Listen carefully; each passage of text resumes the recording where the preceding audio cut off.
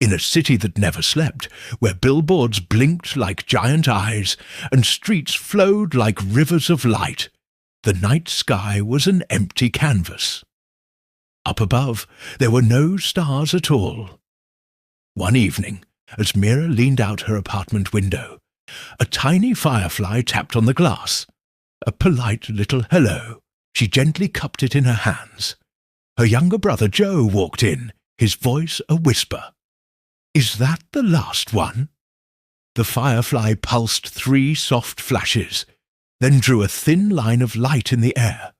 First a star, then an arrow pointing to the blank sky. "What can we do?" Mira asked. The firefly glowed again, writing 2 small words on the window. "Dim kindly."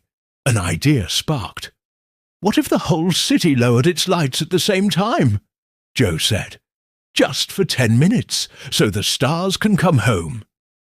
They called it the Firefly Relay. Their first stop was the noodle shop on the corner. The owner hesitated. "If I dim the sign, people won't see us." Mira smiled. "What if we put glow-in-the-dark stars on your window? At 9 p.m., everyone will be looking up. They'll notice the only window with its own little constellation." He laughed. "Free marketing from the sky? I'm in."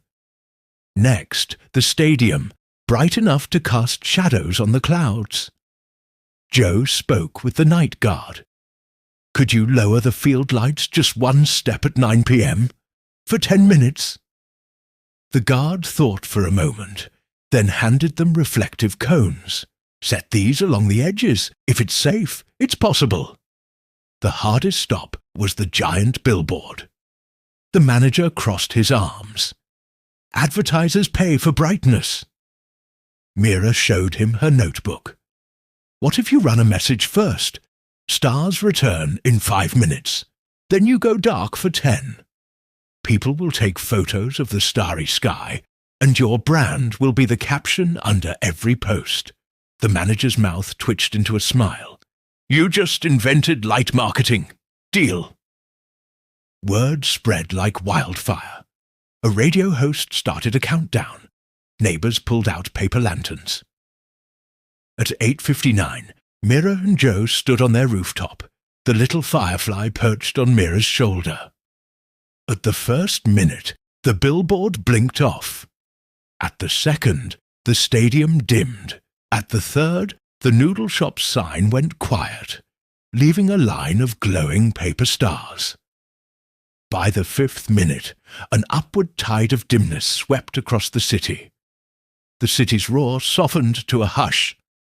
At the 6th minute, a child's voice cried out, "There's one!" A tiny sparkle appeared, then another and another. By the 7th minute, the Milky Way unfolded like a scarf, shaken clean. The little firefly on Mira's shoulder quivered with excitement as hundreds of its kin rose from parks and bus stops, a silent orchestra tuning to the night. At the 10th minute, the city held a collective, quiet breath. The noodle shop owner raised a steaming bowl in an air-to-air cheer. The stadium guard lifted his radio in salute. The billboard manager sent a single emoji to the neighborhood group chat, a star. The firefly lifted from Mira's shoulder, drew a circle, and wrote one glowing word above the rooftops. "Thanks." When the lights returned, they did so more gently. Less glare, more sky. Later Joe asked, "Did we bring the stars back?" Mira smiled. "The stars were there all along. We just learned how to see them again." In the days that followed, new habits took root. Billboards off after midnight. Lanterns on park paths on Fridays. A new kind of quiet settled over the city. On their rooftop, Mira wrote a short letter to her future self. "If you're reading this, it means we're still dimming kindly for the stars. Thank you." Before they went inside, the firefly traced a final tiny period in the air. "Good night," Mira whispered, "to a city that knows how to dim." Good night, Joe added, to stars that never left.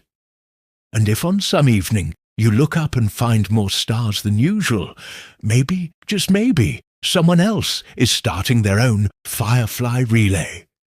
Thanks for watching. If this story lit up your day, don't forget to like, subscribe and share, so we can all find more ways to see the stars.